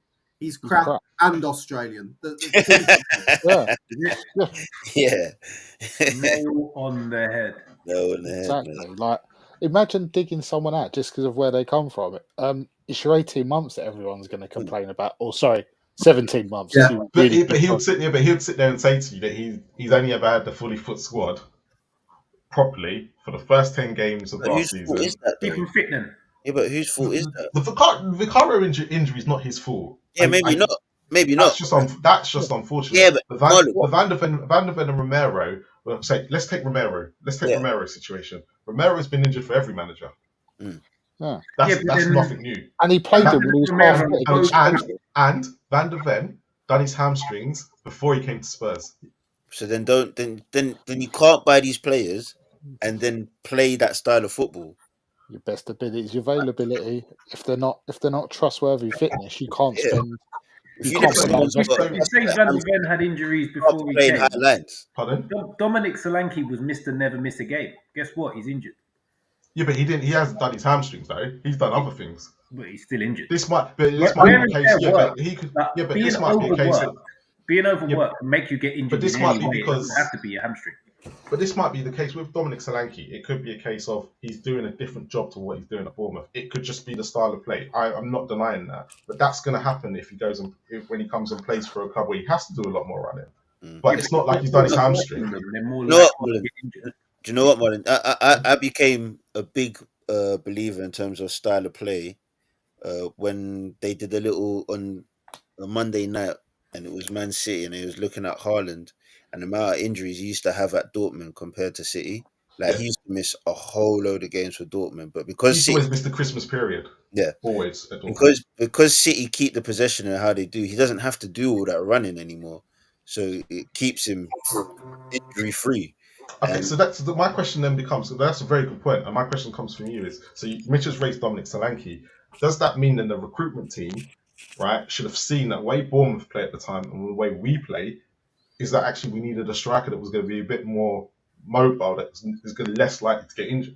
Because, like you said, look at the way Haaland's been different to when he was at Dortmund to when he was at Man City. Yeah, to be honest, I think it would be harder to predict that style of play would cause Solanke to have the type of injuries that he's got.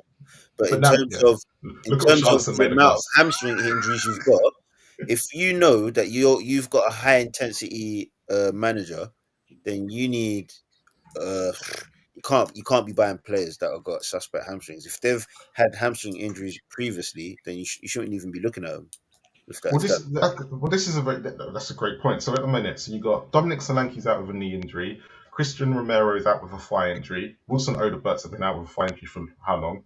Dragison's out with a knee injury now. Mickey Van der Ven is Mickey Van der Ven. Richarlison's now calf and heel. Those are the players we've got. And then you've got Timo Werner and Brendan Johnson to add to that as well. I don't know if any of them are out with hamstrings. Has Maddison still got blisters and soreness? And Maddison's an injury-prone player. So actually, when you look at... So let's take it in the big picture here, right? So if Ange's system is causing a lot of injuries, and when we've just gone and given him players that we brought in are all injury-prone, Maddison, Van der Ven, Romero, isn't this like Spurs not preparing and getting a manager in that doesn't fit the players that are already there then? Do you have a director of football, Marley? Yeah, Lange, but he's another question. Well, the guy that used to be at Villa, and they basically demoted him, and then we went and signed him. Well, they're still hired by Levy, I take it.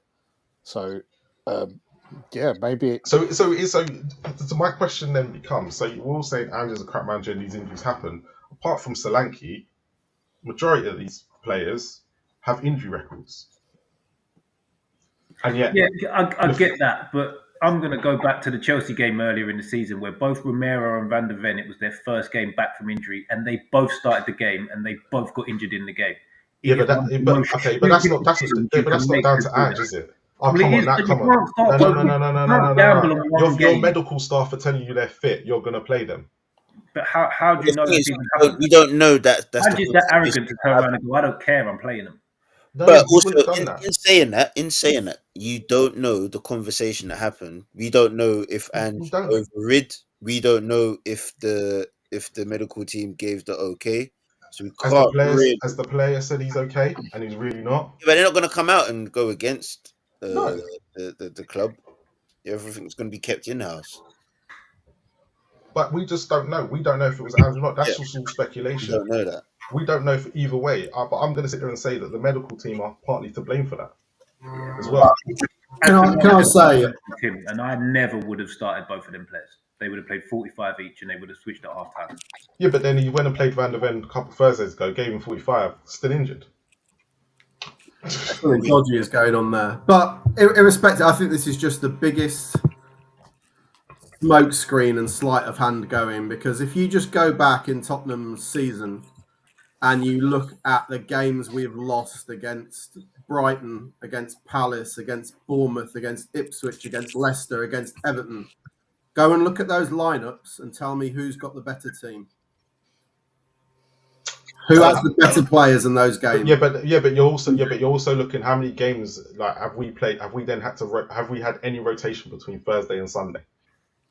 Well, some of those are from the start of the season, and he doesn't. No, because you just mentioned Leicester, Everton, all the games you mentioned. We had Thursday games before that, the ones that we've lost. Bournemouth, Ipswich at the start of the season. Bournemouth was midweek, right? So we'd had a game we had a game both weekends, right? Ipswich we played on the Thursday.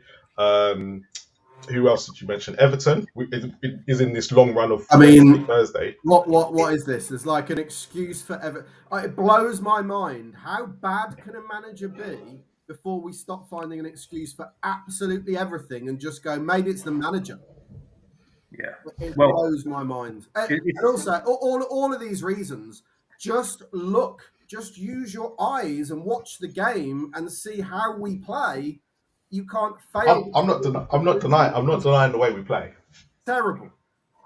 Not denying the way we play. It doesn't matter. We lose with Romero. We lose with Van der Ven. We lose with Vicario. But we lose a lot less. With them. What happened, Marlon, last season when all these players came back from injury? When we were told, "Don't worry, when they come back, we'll get better." What happened? Yeah, but you finished 5th. We lost all again. You're just doing it again. It doesn't matter that we lost all those games. They all came back and we lost in consecutive. Yeah, but they were against the team. Look, they were against Newcastle, if I remember correctly, Arsenal, Liverpool. And were they close, Marlon? Did we compete in any of them? So the Arsenal game lost 3-2. Newcastle 3 down at half time. Don't do it. Stop doing this. Just saying. 3 down at half time. Newcastle was 4-1. Liverpool we got battered. I remember that, but when that was close. Chelsea were an embarrassment. This is what happens. But Chelsea and Liverpool, you can't count them games, all right, because they're both away from home, and every manager that's managed against them two teams have been an embarrassment. What's the point in the discussion? Because whatever I say, you've got a reason for it. Yeah, but I'm giving you the reasons, but you don't like the reasons. That's the problem. You don't like the reasons. Is that it's the manager. Huh? But no, because the manager's to blame as well as. The manager is the reason why most of this is happening. He's slightly unlucky. No, okay, but the summer transfer window, we all said, it was never good enough. It was never good enough. You might have done, but there were a lot of Tottenham fans predicting we were. Yeah, but they was I didn't. I predicted 8th or 9th. I didn't either. I thought it was obvious, but Ange also came out and said he was happy. He signs all these players off. He was the one who said there is no reason. Conte Mourinho said the same thing. Conte Mourinho said the same thing. No, but now all of a sudden everyone hates the manager. It's all Ange's fault. But they didn't come out and say they were going to challenge for the league, did they? Or that they always win a trophy. Conte said he wanted to challenge for the league. He didn't say that he would challenge for the league. No, Ange's words were, yeah. All right. Ange's words were when he was asked by Sky Sports, and you can clearly see they asked him about the second season, and he said, "I've always won something in my second season at any club." I'm sorry, but that is a fact, right? No, it's how he said it. Wait, his words were, "I always," not "I have." It is always, yeah, always when something. But he has. It's not. It's a fact. Yeah, but he didn't say the word "have." He said, "I." Okay, he said, "I would." Always going to happen, like he was going to do it with Tottenham as well. Say, "I always have done it." Still has a chance, though. Still has a chance. Wait, the thing is, the season's not over yet, lads. But thank you. Thank you. All right. Who wins Europa League? And the problem is that's the only place he seems to be getting results. He might get relegated and win Europa League.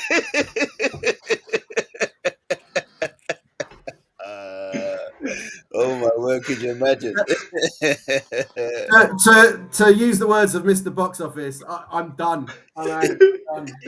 Over to you, Marlon. If you don't know, get to know.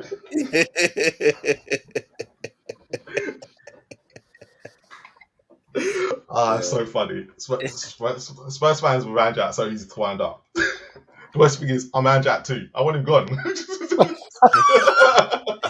No one says it though. I think Marlon wants Levy out more though. Oh mate, I'm anything more. Yeah, I'd rather Ange stay than Levy. But I said at the beginning of the season, and I said it's a lot of Levy out people, and I said I didn't care about Ange. I knew wasn't good enough. I said this. I knew he wasn't going to be good enough, but I said he's going to be the cause of the Levy out movement, and he's been exactly what's happened. Yeah, and fingers crossed. I mean, the other guys probably won't be aware of this, but there is a protest organised for before the Man United game on Sunday, and it's I'm going to be interested to see how many people go because it's got the most traction I've ever seen of an ENIC protest. What that translates to on Sunday in terms of numbers will be very interesting. But I hope it's significant. But how long did it take you to get your inners out? Say that again. Mitch, how long did it take you to get Ashley out? The fans didn't really actively try and get him out. If the Saudis didn't come in, he wouldn't have left. He would have still been it. We wouldn't have forced him out. He didn't give a shit. Do you know what I was going to say is the Man United Tottenham game is the perfect game to do protests because that is going to be the worst Premier League game in the history of Premier League. So if you're going to do a protest, because there's going to be absolute no football to talk about. There was me thinking was going to say the smart answer and go, "Oh, nice. The best time to do a protest because out of all the teams that you're going to have the most traction, the most people watching, it's always Man United." Nope, he went the two shit teams. Everybody loves a bum fight. It's the crap owner derby, isn't it? That's what it is. Crap owner derby. Yeah, that should be on the banner. Sting's going to make his own banner and come. The fact that he can still be mentioned with Man United should be a blessing. The one thing I would just quickly say on Levy, it winds me up when Spurs fans say he's a terrible businessman. This guy is an absolute genius businessman. It's just he doesn't care about the football. So he's done an unbelievable job for Tottenham Hotspur as a business. But I tell you what, though, I'm pissed off with the club today because obviously Chris will know this. They've basically emailed a lot of the fans about the two new concerts that are coming up. Right, so one was Beyonce again. She's had extra dates. That wasn't my issue. Kendrick Lamar is going to be performing at the Tottenham Hotspur Stadium, right? So was it not the perfect time for them to put a little dig in at Arsenal and say humble, right? But no, they chose just to announce it, right? It would have been the perfect time to do it, but no, Spurs just don't think. No, but do you know what though? I think had you been higher in the league or higher than them in the league, maybe they might have done. Well, I don't. No. Remember how shameless we used to be when we were finishing 10th? That's beyond shameless, though, man. That is beyond shameless. They were winning titles under Wenger. We were still shameless. Nah, you lot are crap, man. Didn't admit it. Suppose you got to get your licks in somewhere. Yeah, but that's coming from the fans. The club can't then go and do it. Nah. They should have done. Well, the fact that they've even emailed all the Spurs fans today of all days, those two things, considering we've just been knocked out of 2 cup competitions within a week. Wait, was it one of them ones that it was club announcement with the corner flag and everybody cooked in it hoping Andrew's gone and it was like, new dates, Kendrick Lamar. So many Spurs fans. I tell you what was interesting was that you'll have seen this, Marlon, that thing that did the rounds about us and Villa that said 2019 Spurs are in the Champions League final and 2019 Villa are in the Championship playoff final. And playing Derby, and those two clubs have gone. Yeah. Unbelievable. How times have changed. Yeah. We had a whole COVID since then as well. That was an excuse for Levy for a couple of years as well. Oh well. On that note, and out them, I suppose. Yeah, I mean, by the standards that you've held your club at, any of the previous managers, they got sacked for a lot less. To be honest, everyone has said that. I'm surprised. I think now I don't know where to go from here. The fact that nobody wants the job, I think at the moment helps Ange out. Yeah, that's what's saving Ange. Just give Singh the job. Hey, I'd do all right. I wouldn't have your fullbacks going all over the place. That's for sure. You probably wouldn't play him, Singh. Mate, that back four will have pressure, balance, and cover at all times. That's it. I'm telling you. The thing is, right, for me, I think he's got to stop listening. For me, Levy's got to stop listening to our Spurs fans. Because we're part of the reason why we're in this mess. We're an attacking coach and gave us Ange. He is listening to you. I think he's kind of like... he is. He wanted the attacking coach. I think he's placating you. All his decisions he's ever made is placating you. The things that he wants to do is like this Beyonce and Kendrick stuff. Like, apart from Mourinho... Mourinho. Yeah, even that. Mourinho is placating you.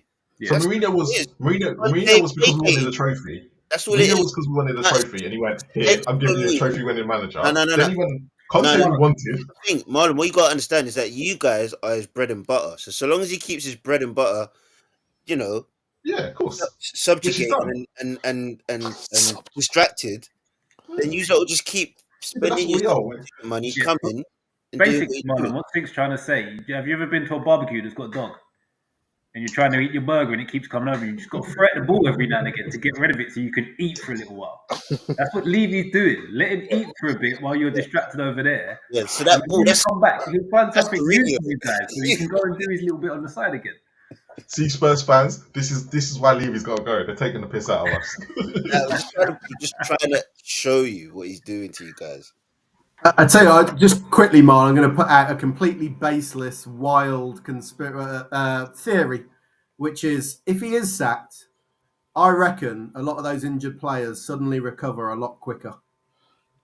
I reckon Romero does. Yeah, I reckon Romero. Van der Ven, if you're Van der Ven, do you want to come back and play in this shit show knowing that you're going to have to sprint 40 times a game back to your own goal with dodgy hamstrings?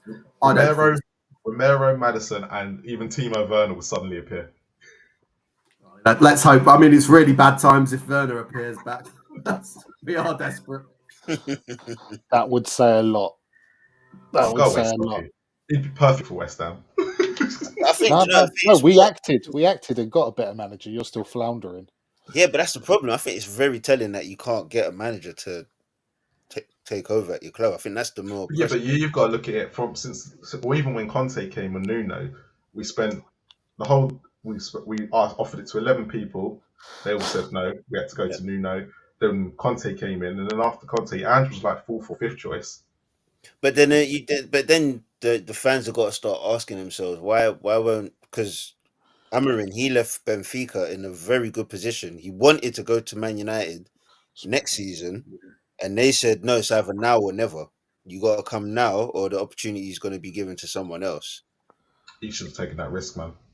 Yeah.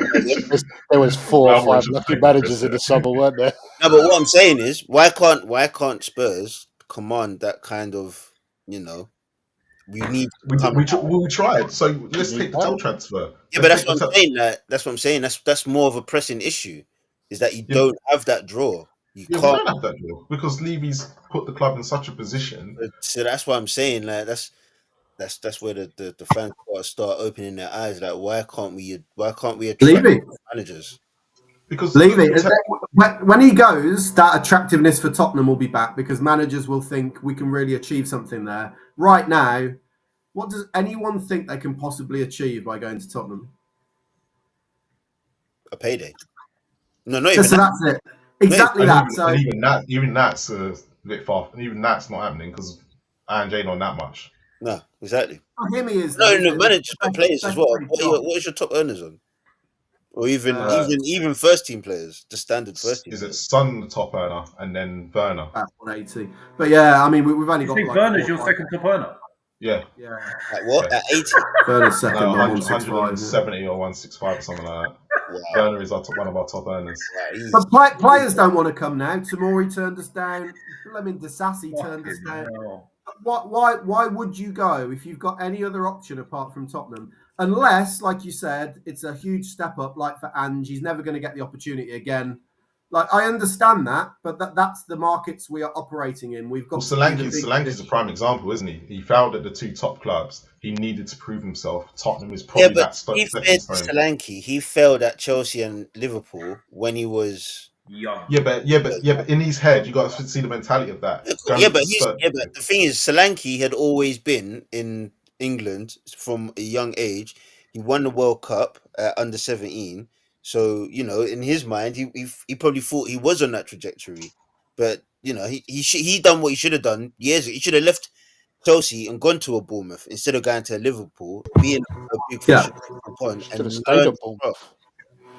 He stayed in that little pond, he'd be challenging for Champions League right now. Yeah. He's gone down. He's still sinking. I would say he's still sinking. I thought he was doing all right, but again, it's just injuries. On that note, can we go now? Yeah, mate.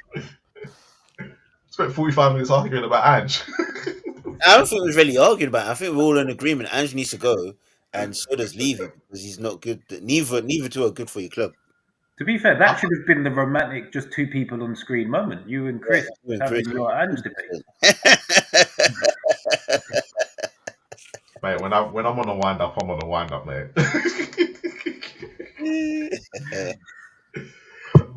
Chris, let everyone know where they can find you, mate.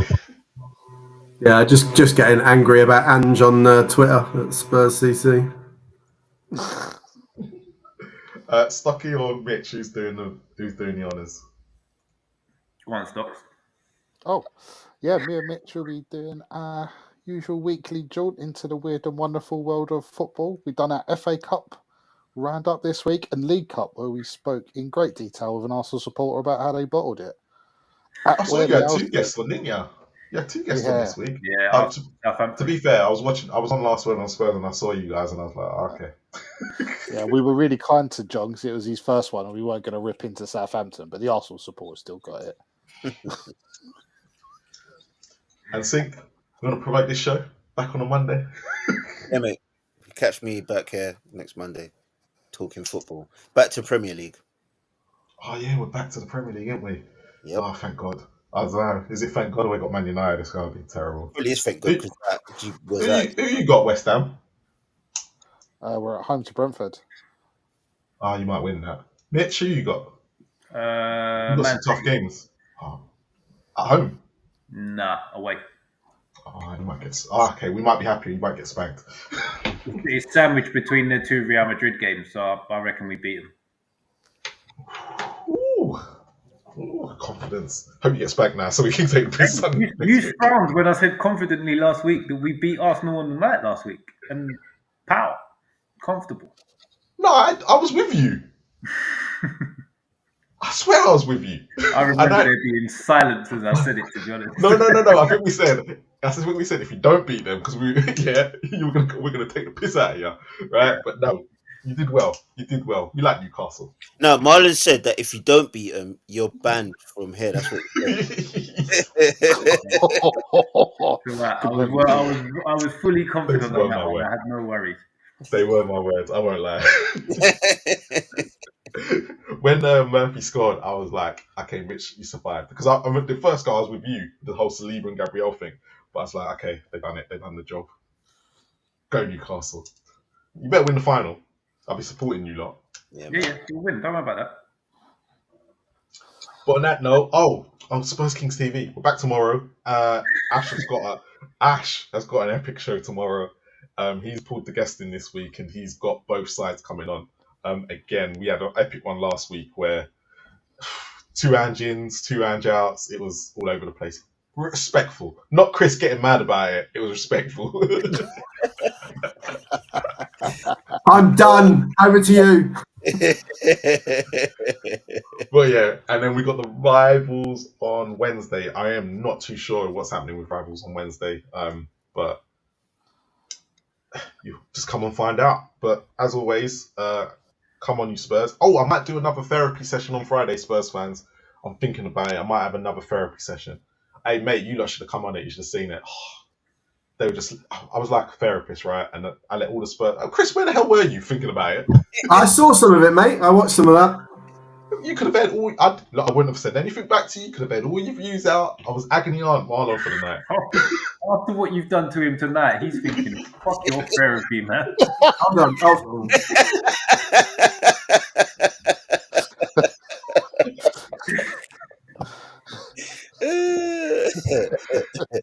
As always, boys, peace out.